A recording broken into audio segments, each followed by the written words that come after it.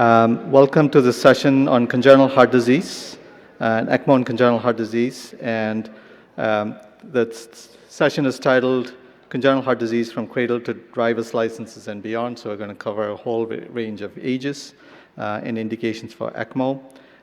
Each of these talks that are coming through are going to be 8 minutes. Unfortunately, we don't have time for question and answers, so save them and certainly email the speakers through the app.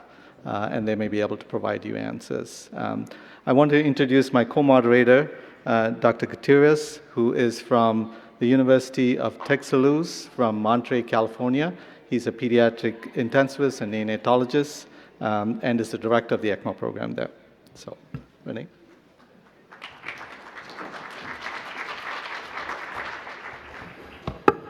Thank you, Ravi. It's Monterrey, Mexico. Well, I have the honor to introduce to Dr. Ravi Tyagarajan. You know, probably all the people in this room knows to Dr. Ravi. Dr. Ravi is a great professional. He has made great contributions to the pediatric cardiac critical care, as well as in extracorporeal life support. Well, I have the honor to introduce to Michael McMullen, speaking about how does a robust ECMO service support congenital cardiac surgery programs. Dr. McMullen is professor of surgery, division chief of congenital cardiac surgery, surgical director of cardiac transplant, and director of mechanical cardiac support and ECLS service in Seattle Children's Hospital. Welcome, Dr. Mike.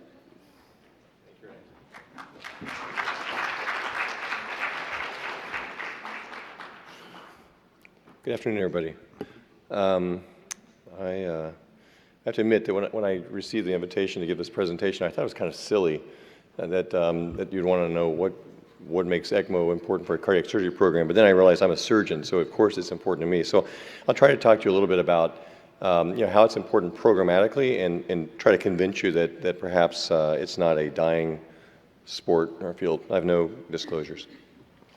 So when we think about ECMO in cardiac surgery, there's really three areas where it plays a role. One is when we have uncertainty about a patient and what direction they're going to go, and it helps us sort these things out. And then once we've done that, we figure out we're going to recover the patient, so it can be used as a recovery modality. And then more and more, we're seeing patients that can't recover because they're so complex, and so we move into the realm of bridge therapy. So we'll talk a little bit about a few of these things. So how often is it used? So this is a slide that I've been slowly accumulating over about two decades, and you can see there's a huge variation in the incidence of post-cardiotomy ECMO use. It used to be in North America, but now it's around the world. And you can see even more recently from Istanbul, about 5.8% of those patients that they operate on go on ECMO. And I think this really reflects just the heterogeneous patient populations within different programs, and also the programmatic approach to ECMO, whether they're maybe more aggressive or more conservative. But if you really want to know what's going on, you have to look at these large groups. And I've always thought that if you want to know how a program is doing, how their surgical program is doing, you have to ask the perfusionist, because they'll give you an honest answer. The surgeons will always lie. And if you want to know what's really going on in ECMO, a program is only going to tell you the good results. But if you look at larger studies, and this is the SVR study from a few years ago, and this is looking at patients who had the Norwood procedure. It's not about a single program, it's about all the programs, and they weren't actually looking at ECMO. They're looking at whether the shunt they were using was impacting care. And so what's nice about this study, what I love about it is it has ECMO data, and it's really not screen data, it's pure data. So this is sort of a cross-section of many programs voluntarily submitting their data. And you can see in that study, 10% of the patients that had a Norwood procedure went on ECMO, which is that's a pretty high number, right? So I think this tells us that in certain patient populations, we know that a lot of them are going to need ECMO. So that's just kind of built into the therapy we provide. We also know that there's patients and there's patients. And some patients, this is data from some time ago, we know right from the get-go in the OR they're going to struggle. And based on some of these early studies, we know that if we can put them on ECMO before we leave the operating room, they're more likely to survive, probably because we're preventing in-organ damage or progressive in-organ damage, and probably because we're giving the heart a little more time to recover. And the other thing is, with ECMO, I mentioned the uncertainty. If someone goes on ECMO after cardiac surgery, there's a problem, right? I mean, I just show you the numbers. There's about 5% overall. If they're on ECMO, they're in a unique patient group. And when someone goes on ECMO, I think we're obligated to look at ECMO as a diagnostic tool. It's telling us there's something wrong with the patient, and now we have to figure out what that is. And if you look at patients who go on ECMO after surgery, if they have an identifiable lesion that can be fixed, they're most likely going to survive. If they don't have an identifiable lesion, they're probably going to die. Or if they have a lesion that you don't figure out and fix it, they're probably going to die. And so this is an analysis. Actually, this is different. So this is looking at what's happened. And if you look at this group of patients who had a lesion that was identified after going on ECMO, within 3 days had a much higher likelihood of survival than those that had a lesion that was identified after 3 days. So again, earlier detection, earlier recognition, earlier intervention leads to better survival. And this is data from our center a few years ago where we looked at cardiac catheterization. And it was kind of an interesting study because what we found is that for patients who couldn't come off ECMO, so we go on ECMO post-cardiotomy, we try to come off once. If they went to the cath lab within 3 days, they had a significantly higher likelihood of surviving the ECMO run. They had a shorter duration of ECMO, and they had a greater likelihood of surviving the hospitalization, based simply on the timing we went for cath. And what was really fascinating is the intervention rate was not significant. So just going to the cath lab alone provided a lot of important therapeutic information to figure out how to manage these patients. So again, I think the use of ECMO as a harbinger of some problem that needs to be evaluated is important in cardiac surgery. Now, transport ECMO is fascinating. We've been doing it for a number of years now, and here's some pictures of a few of our things. I think this is an important aspect of a well-developed or developing congenital cardiac surgery program. In our particular program, we're in the Pacific Northwest. We're the only transplant center for 1/4 of the landmass of the United States, so it's a huge geographic area. So for us, transport ECMO is really important. And there are a few other cardiac surgical programs in our region, but we've kind of become the regional referral location for the challenging patients. And if we look at our initial 10 patients that we transported, this is a few years ago, we see that survival rate is pretty good. But when I look at this as a cardiac surgeon, I say, okay, a number of these patients were transported to us because of a primary cardiac problem. Some of these patients couldn't come off bypass, and they were put on ECMO and brought to us. And when we look at this carefully, some of these patients ultimately went to transplantation. Now, all of these patients would have probably died had they not been able to be transported to a transplant center or a center that has a higher level of care. So I think that transportation ECMO is a really important aspect of a well-established congenital cardiac surgery program. Speaking of transplantation, ECMO gets a bad rap when it comes to transplant. I'll just briefly go through some of this data. So we can see from this slide that the proportion of patients who are supported on ECMO to transplantation, the pediatric patients, has been going down every year. But even in the most recent era, there's still a sizable number of patients who have ECMO as a bridge to transplant. And, get my button straight. And not surprisingly, the infants make up the largest proportion of these patients. And I think it's really because they're not really good options for infants. The VADs aren't that great. They're a more complex patient because of size. And also, the infants tend to have true congenital heart disease as opposed to dilated cardiomyopathy. And trying to put a single ventricle patient after a Norwood on a VAD is almost impossible, whereas you could easily put them on ECMO. So for that reason, that's the group that really stands out. And we know from this historical data that patients who are bridged to transplantation on ECMO do much more poorly than those who do not need ECMO or even need a ventilator. And we know that they also do poorly not just to get to transplant, but after transplant, they're more likely to die after the transplant. Now, it is a flat curve once you get out a few months, but clearly ECMO is not ideal as a bridge to transplant. But there's a light on the horizon. It turns out that if you look at it by era, the ECMO bridge to transplant patients are doing better over time. In the most recent era, their survival rate is really, really improving.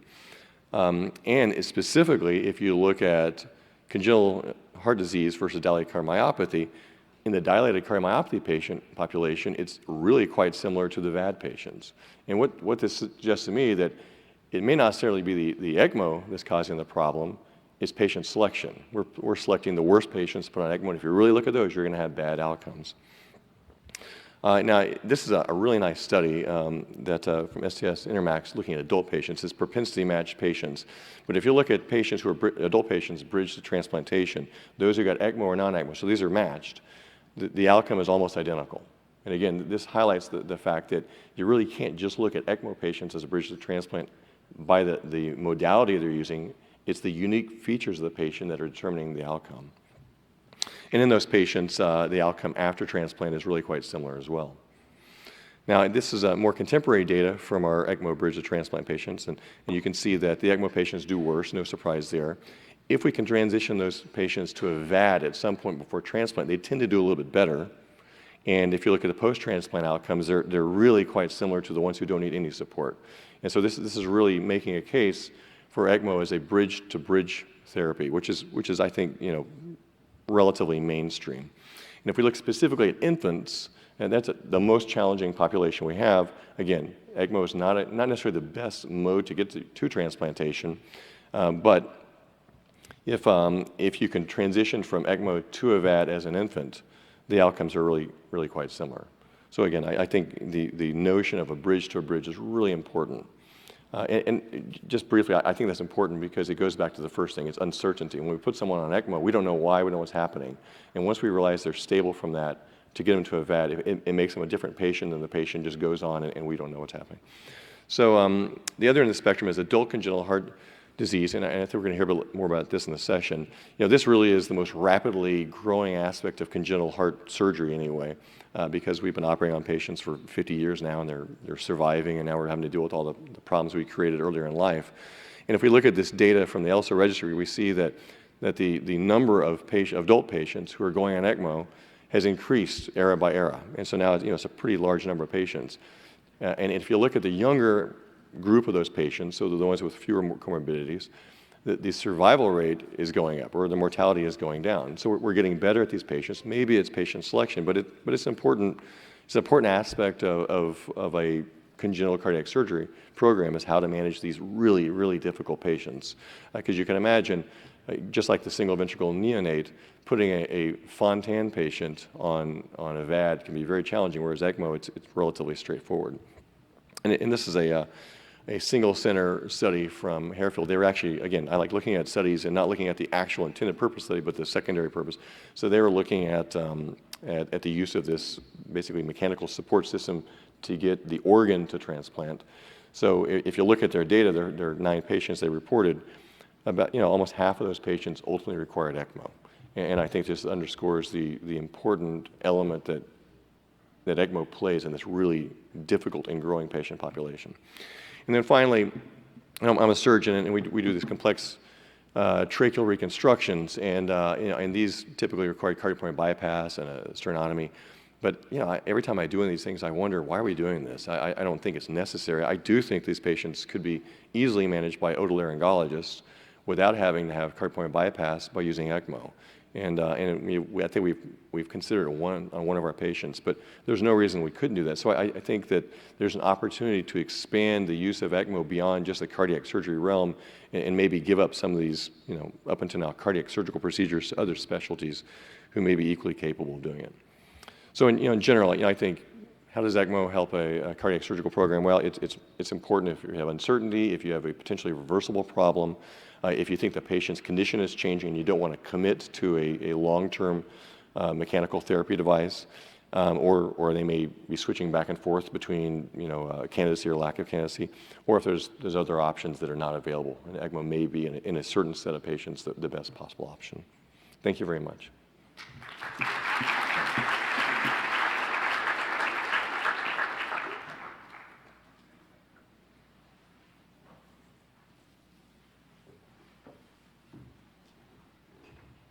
Right. The next talk is how we are approaching neonatal ECMO for babies with congenital heart disease. The next two talks are combined with two speakers who are esteemed colleagues of mine from Boston Children's. So Dr. Elena Valencia and Dr. Diana Geiser are going to share how we approach children with, for neonatal ECMO, babies with neonatal ECMO with congenital heart disease. So, Ali.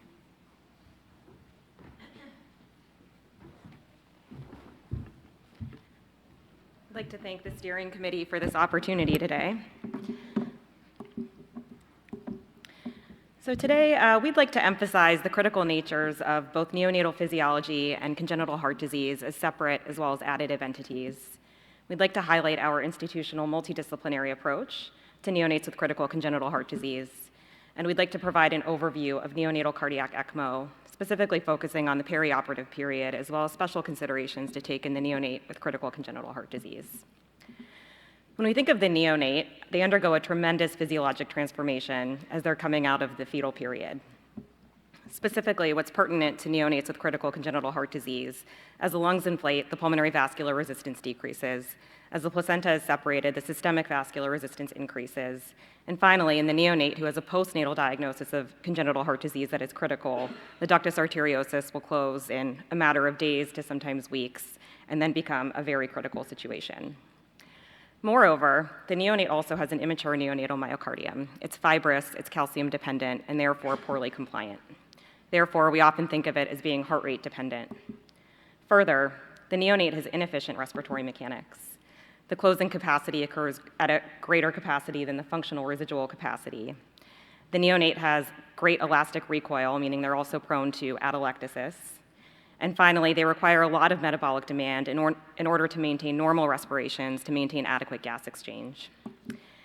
And then you add prematurity and non-cardiac anomalies, and finally, critical congenital heart disease, and what you end up with is a neonate who has a high risk of morbidity and mortality. In the United States, of 100 live births, one of these patients will have congenital heart disease. Of those with congenital heart disease, 25% of them will have critical congenital heart disease, meaning that they need to undergo a surgical or catheter-based intervention to establish and secure a systemic or pulmonary blood flow in order to survive infancy. This is important because those with critical congenital heart disease compared to those with non-critical congenital heart disease have a significantly lower survival rate into early adulthood, and you can see that most of that mortality occurs during infancy. In the Society of Thoracic Surgeons database, you can see this pie chart of the most common neonatal procedures, and I'd like to point out that between the Norwood, the hybrid, and pulmonary artery bands, almost a third of these procedures are for single ventricle patients. Additionally, as notated by the stars, almost all of these procedures are stat category 4 or 5, indicating that they are the most complex procedures with the highest mortality. Bringing this to ECMO, only 2.4% of pediatric surgical cases require mechanical circulatory support, which is primarily ECMO. But risk factors for ECMO include younger age and lower weight, which means that our neonatal population is the highest risk population, and when neonates are looked at as a group alone, they have almost a 9% chance of requiring postoperative mechanical circulatory support. When you look at the operations with the highest postoperative mechanical support use, you'll also notice that the procedures I've highlighted, most of them on this list are the same procedures that I showed you on the pie chart and are primarily neonatal operations. And for those patients who end up on mechanical support after their operation, their mortality rate is 53% compared to 3% for all comers. In the ELSO registry, 9% of runs in the last 5 years have been neonatal ECMO runs, and of those, 37% are cardiac. You can see here the trend in annual cardiac neonatal runs since 1990, and in the last 5 years, there have been 550 per year. And importantly, cardiac neonates have a significantly lower survival rate when compared to neonates who require ECMO for respiratory indication. Speaking to our institutional experience, looking at the distribution of our neonatal surgical and transcatheter interventions, we've performed approximately upwards of 140 cases per year with a variation in the distribution of transcatheter versus surgical. And this is only neonates who require an intervention to survive the neonatal period, excluding a whole cohort of neonates who also have congenital heart disease but have a later surgical palliation or repair. This is specifically the distribution, and as Dr. Geiser alluded to, those with the star indicate stat 4 or 5 mortality categories, really showing the spectrum, but at our institution we perform more than 40% of high-risk surgical procedures. Looking at our transcatheter distribution of procedures, we do certainly the more conventional balloon dilations of the aortic and pulmonary valves. We've been performing an increasing number of ductal stents, predominantly for neonates with cyanotic congenital heart disease. And finally, this year, we've had an increasing experience in the placement of pulmonary artery flow restrictors. These are potentially a less invasive means to limit pulmonary blood flow in the low birth weight or early preterm neonate who would benefit from some growth prior to more definitive surgical palliation or repair. And this here demonstrates one of these PA flow restrictors. This is a microvascular plug. It's about 7 by 12 millimeters. We have a surgeon who creates a fenestration as notated here, which therefore blood can flow antegrade into the branch pulmonary arteries. Taking a step back, where are these neonates cared for? In a survey that was conducted in 2018, including 120 programs of all comers of cardiac patients, actually 50% of them are cared for in mixed pediatric ICUs, including ICU patients that are non-cardiac, so for indications like shock and trauma. 75% of programs do admit neonates with congenital heart disease to a neonatal ICU preoperatively, although there is inconsistent neonatal consultation in programs established.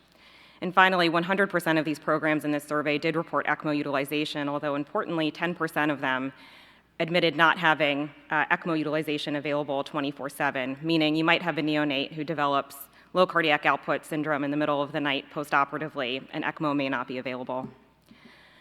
Looking at more specific programs, this was a recently published paper describing the Columbia model, and I think what's interesting about this program is that they have a specific cardiac ICU program housed within the neonatal ICU, but it is its own separate and distinct entity. What they found was through this program, they were able to improve outcomes for early preterm neonates at less than 34 weeks, with a survival rate of 10% compared to a national average of about 17%. There was no difference in that for normal term infants. We'd now like to share a bit about our neonatal program at Boston Children's Hospital, where we take a multimodal, multidisciplinary approach through 2 approaches. One is through the lens of the individual neonate, where we perform a real-time individual review and collaborative discussion at a multiple times a week conference. The second is looking more so from the lens of the population at large, and this occurs through a review of individual neonates as well as the subpopulations according to the disease subtype at a quarterly basis.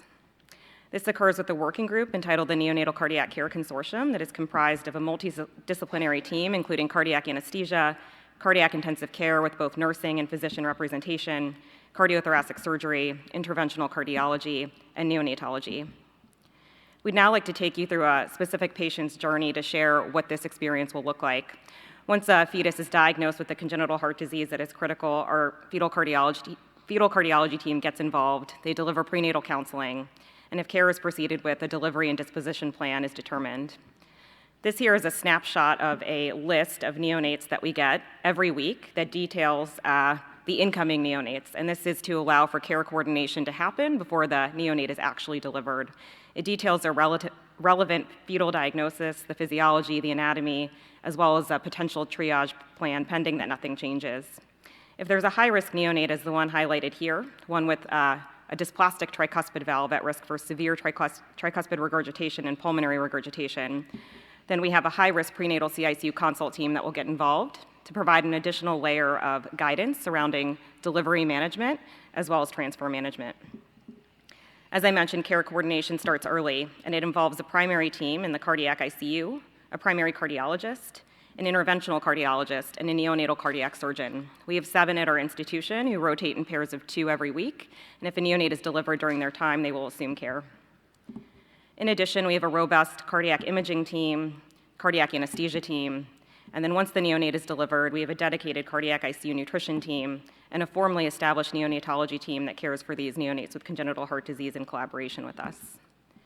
So speaking to the specific neonate that I just alluded to, this neonate was delivered at about midnight. An echo was performed given the high risk. It confirmed severe tricuspid regurgitation, a low pressure right ventricle, severe pulmonary regurgitation, functional pulmonary atresia, and a large patent ductus arteriosus. The neonate, within just a few hours, went on to develop a circular shunt. Speaking to a circular shunt, this neonate was a setup, having had a large PDA, pulmonary regurgitation, tricuspid regurgitation. And effectively what happened was blood was flowing left to right through the PDA, and rather than going antegrade through the branch pulmonary arteries, it went retrograde down the pulmonary artery, through the regurgitant pulmonary valve, through the regurgitant tricuspid valve, in a circular fashion, so on and so forth, such that the neonate developed severe hypoxia and inadequate cardiac output. So the question then, of course, came up. It's about 5 or 6 in the morning. Does this neonate need to be supported with VA ECMO now? The lactate is slowly increasing. The neonate is at risk for decompensation. Or is there an emergent surgical intervention that can be offered? So I'll use this opportunity to talk about some special considerations regarding cardiac neonatal patients supported with ECMO, in particular, the patent ductus arteriosus and single ventricle patients.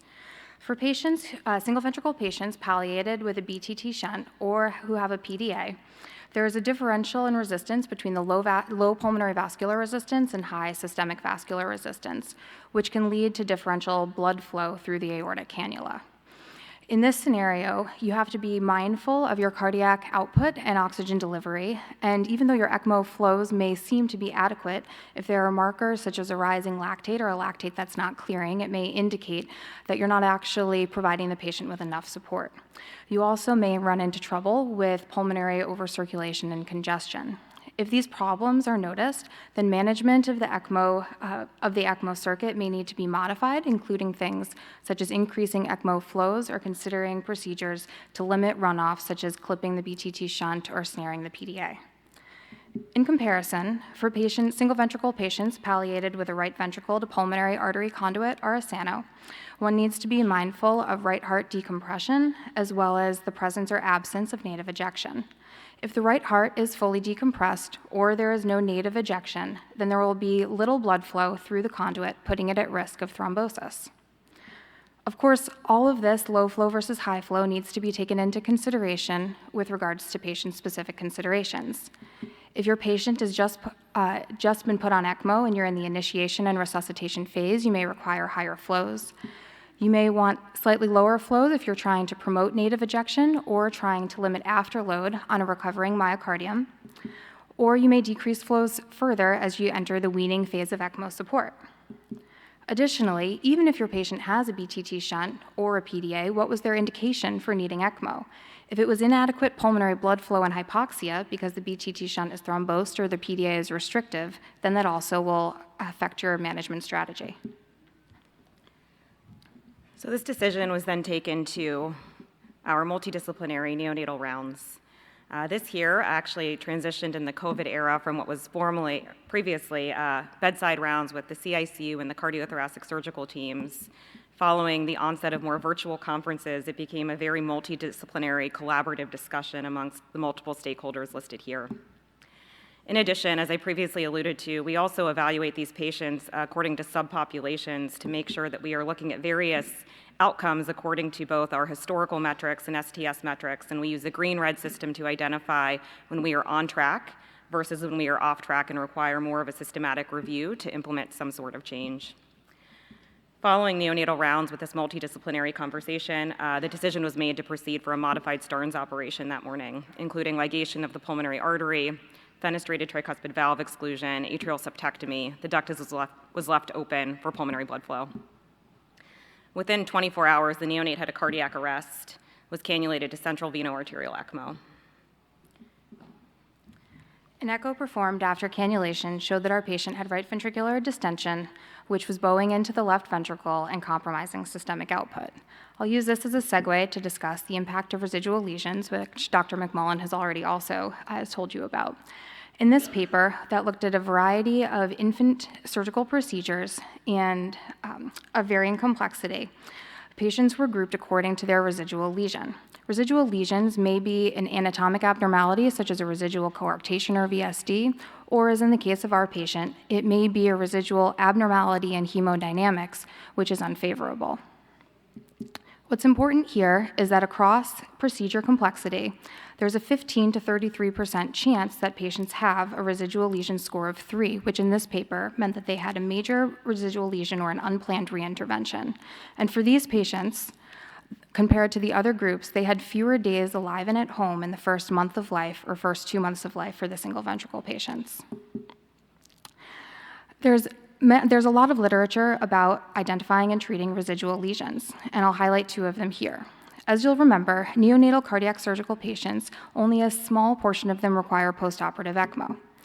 Those that do fall into 2 categories. One bucket are those patients who have echo evaluation that may or may not diagnose a problem, and then their care proceeds with attempts to wean from mechanical support.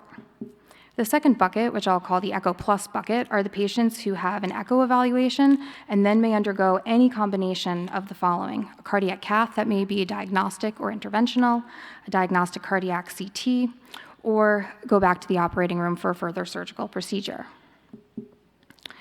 As you've already heard today, if you're not able to diagnose a reason for requiring mechanical circulatory support with echo alone, it's important to think about how you will bring your patient into this Echo Plus bucket earlier, because patients in the Echo Plus bucket who have a diagnosis for why they're requiring mechanical support, with earlier diagnosis and intervention, their outcome is associated with a shorter ECMO run, increased survival to separation from ECMO, and increased survival to hospital discharge. Also, interestingly, in the sign-off paper, almost all of the patients who had in-hospital mortality underwent autopsy. And of those in the Echo Plus bucket, there were no residual lesions found on autopsy. In comparison, in the Echo Alone bucket, 40% of patients were found to have a significant lesion on autopsy that was not diagnosed with Echo Alone. So bringing this back to our patient, we had a hemodynamic abnormality, which we knew. So the patient went back to the operating room for right ventricular application and tricuspid valve patch fenestration revision. And with this, hemodynamics improved, and the patient was able to successfully decannulate from ECMO and is currently recovering in our unit. So I hope that today we've been able to share with you the unique aspects of neonatal physiology and critical congenital heart disease and how the 2 combine to create a very high-risk population. Because they're so high risk and complicated, there are multiple benefits to a multidisciplinary approach in caring for this population. And I hope we've highlighted that ECMO following neonatal heart surgery is a high-risk procedure in a high-risk cohort of patients. And we need to be mindful of special considerations, including the importance of early identification of residual lesions and the unique physiology that neonates have. And with that, we'd like to thank the ELSO organizing committee for inviting us here, and specifically Drs. Pete Alexander and Dr. Ravi Thiagarajan, and as well as other mentors listed here for helping us with this talk. And we welcome questions.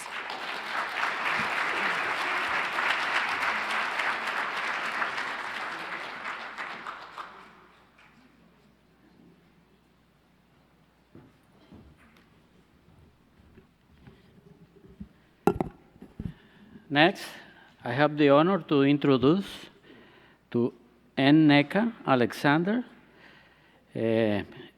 She's speaking about how do we support patients and families as they return for a planned surgeries after a complicated post-op course.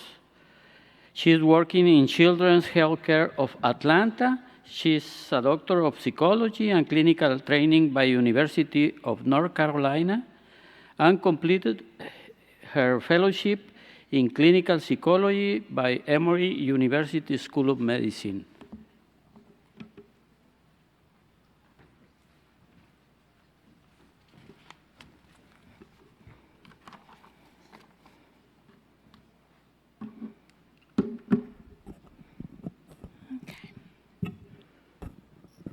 Good afternoon. As mentioned, my name is Nneka Alexander, and I'm a pediatric psychologist with the Heart Center at Children's Healthcare of Atlanta. As a pediatric psychologist, one of my roles is to provide psychological support to our families admitted to our cardiac ICU and acute care units. And I've been asked to talk a little bit about how we support families coming back following a complicated first course. Given my experience, I'll talk mainly about parental adjustment in the context of neonates who have congenital heart disease.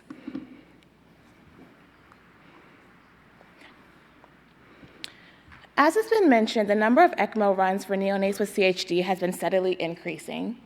Of course, hospital survival rates vary depending on the study, but it's been suggested at about 40%.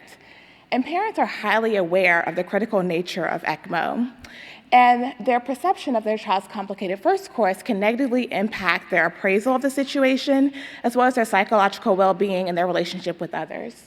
So the question is, how can we better prepare these families for returning to the hospital, as well as provide them with adequate support during this time? The hospital environment is already one full of stressors. Some potential sources of stress include how parents perceive the hospital environment and the overwhelming amount of auditory as well as visual stimulation in that environment. Also, how they perceive their infant's vulnerability and the potential of having a normal child, or the expectations of having a normal child.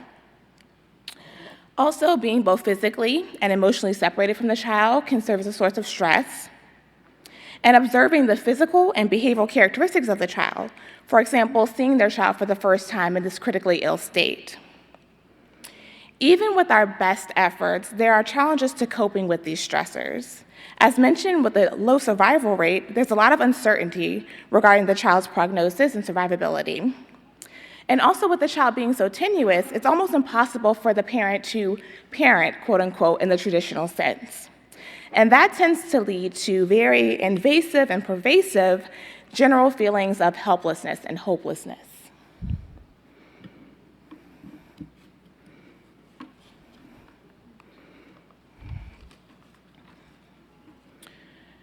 So what does help? Having some assistance from others, whether that be within the parent's own social network or psychosocial resources provided by the hospital. It can also help if parents start to adapt their cognitions or thoughts around the situation. Most parents have a mixture of both painful as well as pleasurable perceptions of their hospital experience when they reflect back on them. Issues such as having problems with the staff or having a child with severe complications often leads to later more negative or painful perceptions of the situation.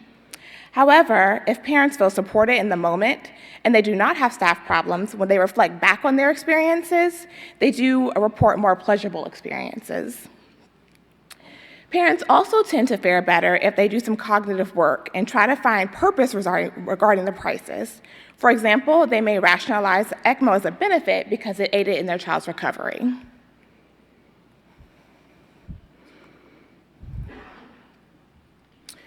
So let's look more at how parents perceive the ECMO experience. Cradle conducted a very interesting study looking at 327 ECMO patients. And what they found is that most parents, 61%, felt very frightened about the risks associated with ECMO after being told, but also felt that they had to consent because there was no other choice. About a fourth felt reassured by the hope that ECMO provides. And very few, like less than 5%, reported being confused by the explanation of ECMO, which means we're doing a pretty good job of at least explaining the process to parents. Most, about 60%, felt very prepared or well prepared, but still about 20% said they felt overwhelmed and underprepared for the process. Also, most, about 76%, felt reassured seeing their child alive, followed also by feeling concerned about their child's pain, and being fearful of the equipment. So again, seeing their child in that critical state. Over 70% reported feeling that their fears were reduced by talking with the staff and observing their child's daily progress. And about 28%, though, remained frightened throughout the entire experience. And most, again, about 92%, of the parents of survivors did say they would consent again to ECMO because it was an opportunity for survival or an opportunity to buy time.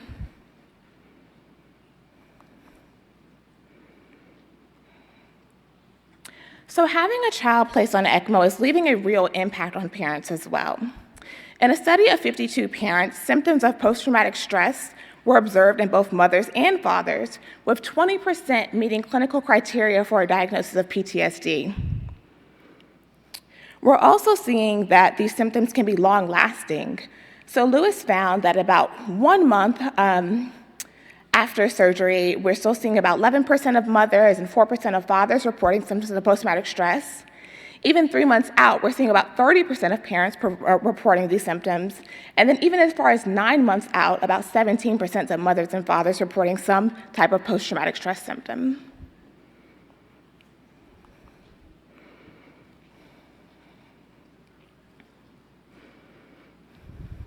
There are a few factors known to increase the risk of having PTSD, such as having a child that has unexpected admissions and readmissions. Again, that subjective worry that the child might die, even if the child is subjectively doing well. Also, if there are any physical complications for the child after discharge, if the parent has any premorbid mental health concerns, such as anxiety and depression, our mothers are at higher risk compared to our fathers, so being female, and also if there's a history of poor family functioning. So that can mediate the relation between the illness as well as the emotional impact on the family.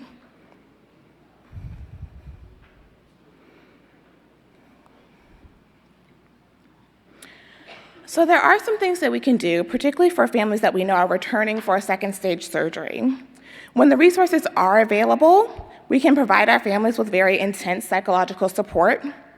1 to 2 hours of individual counseling has been recommended per day for families while their children are on ECMO. I know that may not be realistic. I see some faces like, but if you have the resources available to do that, at the very least weekly follow-up and even following discharge. If we cannot provide such individualized care, at least considering specialized support groups. I've seen in other instances the incredible benefit it has for families to connect with one another, especially those who have been through very similar experiences. And the support staff that you may have available at your hospital, they can assist parents in doing some cognitive adaptations or processing their experiences and making some meaning out of it. And finally, we can keep families well informed, particularly regarding their child's progress, as well as reducing the problems they have with staff. So I wanted to dive a little bit more into this topic, so I chose to reach out to a mother of a patient that was recently admitted to our unit. This was a patient with a diagnosis of HLHS, and she is now status post-Glenn. Prior to her Glenn, she had 2 VA ECMO cannulations and was hospitalized with us for a total of 127 days. So the first thing we asked this mom was, how did the hospitalization measure up to your expectations? And what about it differed from what you were anticipating? So she mentioned that she really went into it with no expectations. So despite having a prenatal diagnosis, she wasn't quite sure what to expect. But she was very pleasantly surprised that our staff really took care of the entire family. So she mentioned that, of course, we knew the multidisciplinary team would take good care of our daughter, but they also checked in on us as parents regularly, and it made a big difference in their experience.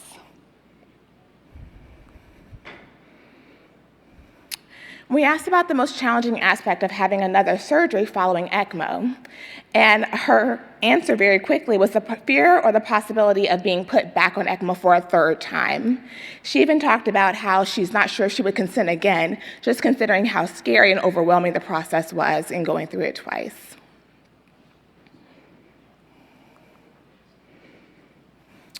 We asked about strategies to cope. So what did you do to cope with the experience? And did your coping strategies change anyway following ECMO?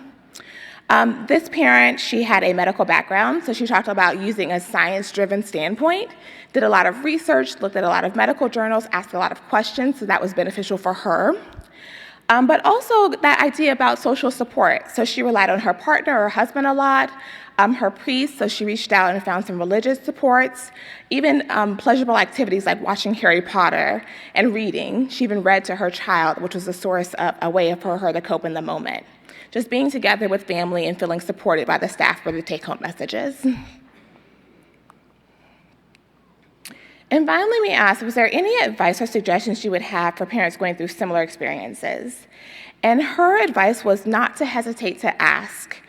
She mentioned that it was not in her nature to reach out and ask for help, but being in this circumstance required her to do so, even if it's something simple as, do you have access to something like lunch or dinner? She found comfort in having people to talk to, whether that be, again, in her own network or people within the hospital staff. And she particularly identified our family experience liaison, which is someone we have in the hospital whose job literally is just to walk around and check on, see how our families are doing. She also talked about social support groups, so Facebook groups, We have something called the Georgia Moms Association, Georgia Heart Moms Association. So she was able to connect with other moms, and that was also a big benefit for her. And she mentioned that the amount of checking in was not only comforting, but inspiring. And I like that quote. And finally, with her permission, she had me share a picture of our patient who just celebrated her 1-year birthday about a week or so ago. And I always like to show pictures of this because it's a reminder of why we do this work. Thank you.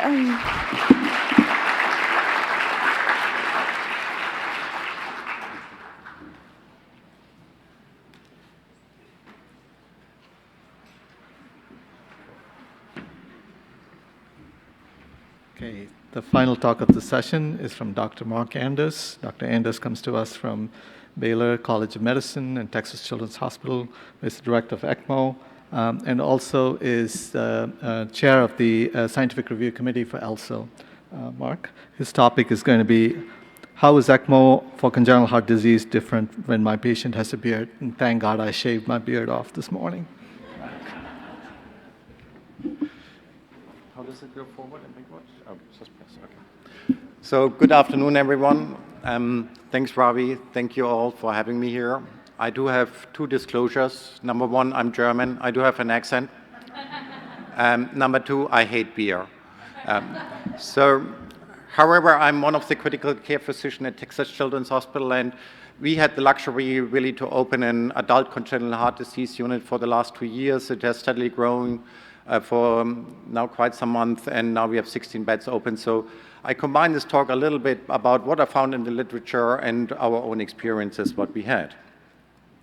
Because actually, if you look into the literature in preparation of this talk, I looked in PubMed, and I looked for keywords for ACHD, ECMO or VAD, or the combination of both.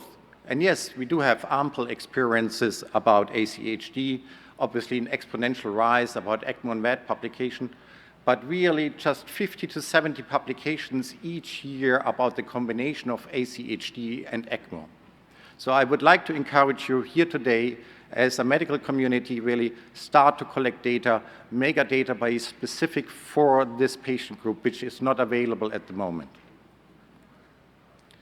So today, I wanted to show you also why this is a problem. So I wanted to show you the increasing prevalence of ACHD population, why heart failure is a predominant symptom what we're dealing with, how ECMO or other mechanical support devices can be used in this certain population. So how big is the problem? And the answer is we actually really don't know. We have some estimates or some ideas, which still relying on a model which Morelli et al. Developed in 2015, actually, while looking retrospectively at a universal health system in Quebec, Canada, and trended the incidence of pediatric congenital heart disease. It stayed steady at around 1%. And at the same time, they also measured the prevalence of adult congenital heart disease. And over a 10-year time period from 2000 to 2010, they identified a 43% increase. Now this study, this model was then adapted by Gilboa and colleagues, and he added a race and ethnicity factor to represent more the American population. And in 2010, he estimated 1.5 million Americans, adult Americans, are living with congenital heart disease. Conservative estimates today is probably in the US, we're dealing with 2.5 to 3 million adults with congenital heart disease. Now, Diller and colleagues were, from the Royal Brompton Hospital, one of the biggest and largest adult institutions for patients who were adult patients with congenital heart disease treated. They looked over a 30-year time period with a long-term follow-up of a median around 10 years. What is actually the demographics and what are the mortality reasons in these patients? And obviously, yes, the cardiac mortality is important and stayed important, but especially as you go into the higher ages, obviously non-cardiac comorbidities and mortality reason play more a role. Renal, respiratory, hepatic, immunological, and oncological. When they looked specifically at the cardiac morbidity and mortality, they found that heart failure is the symptom number 1 why patient presented. And here on the left-hand side, and do apologize, it's a bit small, but really focus, about a third of these patients presenting back in adulthood with NIH class 3 and 4. And this is even the case in really simple congenital heart disease surgeries like ASD, VSD, and PDAs. Now, heart failure is obviously multifactorial, and I don't want to bore you with the details, which I don't know, but I can tell you actually in adult congenital heart disease, we do have on this traditional model of heart failure development, additionally the problems of residual lesions, valve regurgitations leading to volume overload, valve stenosis leading to consistent pressure overload. We may have residual left-right shunts, pulmonary hypertension, and so on, so on. So what I want to say, the model of heart failure in these patient population is very specific. And what does American Heart say for it? Well, they adapted actually for the treatment for heart failure in ACHD population, the standard treatment pathway which we do for patients with structurally normal heart, and they added this extra surgical percutaneous repair of hemodynamic lesions, iron supplementation, exercise training. Well, that's what we're doing anyway, but where's a way out for these patients where we're going into this end-stage heart failure, especially with structural abnormal hearts? And then we have the suggestion of compassionate care, certainly an option. Heart transplant, we're going to hear later about this more. Chronic inotropes, well, I come back to this. Permanent mechanical support. Do we really use these modalities in all our patients with adult congenital heart disease? I doubt it. And if you look at inotropic therapy, well, inotropes are great, and obviously that's all what we do in ICU. Yeah? But when we're using them long-term, regardless what inotrope you're using, you're increasing actually the intrinsic mortality of the individual patient. So in other words, inotropes are bad long-term. So what other options do we have? Well, we do have ECMO, and it may be actually a way forward for us. But actually ECMO, and of course we use it post-cardiotomy if we have stunned myocardium, complex surgery, long bypass time, long circ arrest time, and so on. But the true incidence of post-cardiotomy ECMO in ACHD population is quite small and ranges around 1%, 1.5% maximum. So this is a study from Mayo Clinic who investigated around 4,700 patients, and the true incidence of ECMO support or other mechanical support in form of balloon pumps was 1.1%. Because of this, they really couldn't run any statistical model to identify preoperative factors or intraoperative factors which determined why these patients ended up on ECMO. The overall hospital discharge survival on these patients was 46%, which is quite remarkable because if we look actually at also at all the adult cardiac runs, and less than 1% of these bars are adult patients with congenital heart disease, the overall survival is 43 to 48%. So actually, this is a pretty good, remarkable survival what the Mayo Clinic here achieved. Now, Steve Dolgner and his team investigated the pediatric health information system to look further into detail about what are the risk factors what could potentially lead to ECMO. The pediatric health information system is, as the name says, a conglomerate around all pediatric independent institutions. In the US, it's around 50 institutions. It is, however, only a dedicated billing and administrative database. So you don't find any patient's details into this. He identified in total 4,700 patients over a 10-year time period, and risk factors like advanced age, the pre-existing or coexisting coronary artery disease, higher difficulty scores, single ventricle physiology, or the existence of one or more comorbidities was a potential cofactor that the patients ended up on ECMO. In this patient group, the overall survival was 33%. Now, Mike already showed this picture before. Steve Dolgner also looked at the ELSO data set, the post-cardiotomy ECMO, and in general, they saw a trend over the years declining in regards to mortality. So meanwhile, in the most recent years reported here, he's reporting around 55% survival. He could only identify obesity and underlying Fontan physiology as a potential risk factor for higher mortality in this population. Our own group, we just looked actually at the medical ICHD group, where we excluded all patients who did not have any cardiopulmonary bypass intervention or any surgical intervention and any cath intervention. And we see an overall in this medical ACHD group an overall survival of 43%. And because I want to emphasize, that's not new, that actually congenital heart disease is a problem in the adult population, as already Matteo Schmidt actually in his SAFE score could highlight. And you have a tick box aside age, weight, duration of ventilation, and comorbidities. You have a dedicated tick box on the SAFE score for congenital heart disease. And only the presence of congenital heart disease is already increasing your risk of mortality. Just some few examples what we do in our life upstairs in the unit. So we use ECMO in this patient population as bridge to diagnostic. And this is a 20-year-old female. She came to us, intubated, ventilated, really unstable hemodynamics, tox screen was negative. And if someone like this shows up on 0.5 epi, 0.5 nor-epi, and you just have to hold the probe on one part of the chest, you see this heart, they're not really moving, left ventricle here, and there's only one way to go. You put this patient on ECMO really to buy time for diagnostic. And so we did, and our cardiovascular surgeon is usually cannulating for us, and he put 29 French venous femoral and 22 French arterial.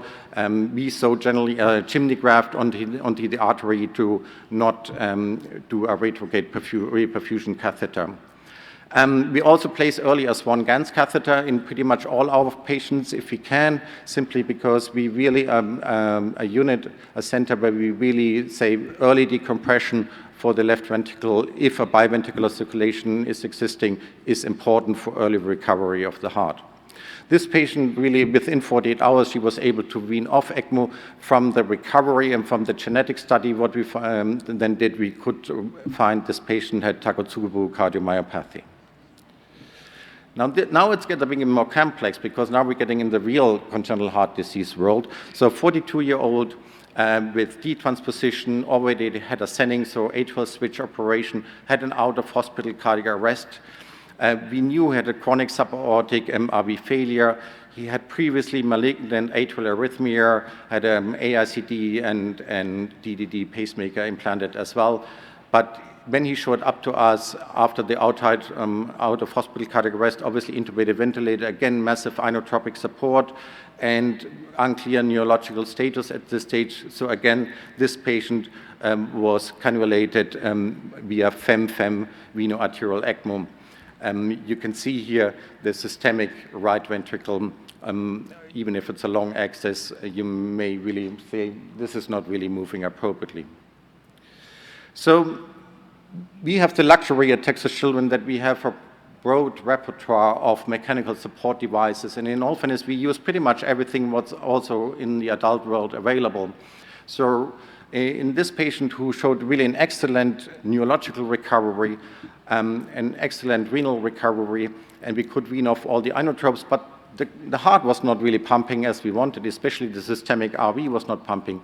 So on day 7, we decannulated from ECMO, but put at the same session, not at the same, we actually started with the impeller to implant in the systemic RV, and subsequently the ECMO was weaned. The patient ended up at the end actually with a durable heart mate. Another case, and this is not about ECMO now, because this is actually where we just primarily use the impeller device, is this 20-year-old heterotaxy patient with unbalanced AV canal, a double outlet right. He already had a gland, had an extracardiac Fontan, and he came to us with severe AV valve regurgitation. where our colleague replaced the AB valve with a 33 millimeter St. Jude. Now, the surgery was doing fine, but this was the echo reading of bypass, and as you can see, the ventricle is really not moving here quite so nicely, and the patient showed ongoing arrhythmia burden. So we again placed an impeller device in this patient, and which we were able to mobilize the patient and got him for recovery. After 28 days, we discharged him home. We have this mental model where how we think about approaching patients, pediatric and adult patients with congenital heart disease, and what sort of mechanical support device we can offer them. And obviously, if the patient needs cardiopulmonary support urgently, our first choice is VV-ECMO support. If it's exclusively respiratory, we think about VV-ECMO support, and yes, we did also support ACHD patients with VV only. But also, equally, we think if the patients need cardiac support only, do we actually need ECMO? Or can we get along with a short-term durable device, or down the road, a long-term durable device? So in summary, ECMO and temporary ventricular assist devices are feasible support strategies in ACHD patients. You have to pay specific anatomical considerations, vascular access problems, bleeding complications, which are important factors to consider before you cannulate the patient. Always have a multidisciplinary discussion to decide about the best mode of a support strategy. Think, especially as you're dealing with an aging population, about significant comorbidities which play a role in your further management in the ICU.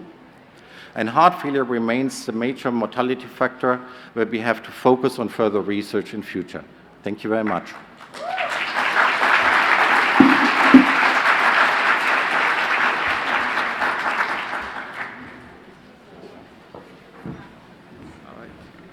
Thanks all for coming, and I want to thank the speakers for fantastic talks. Thank you all.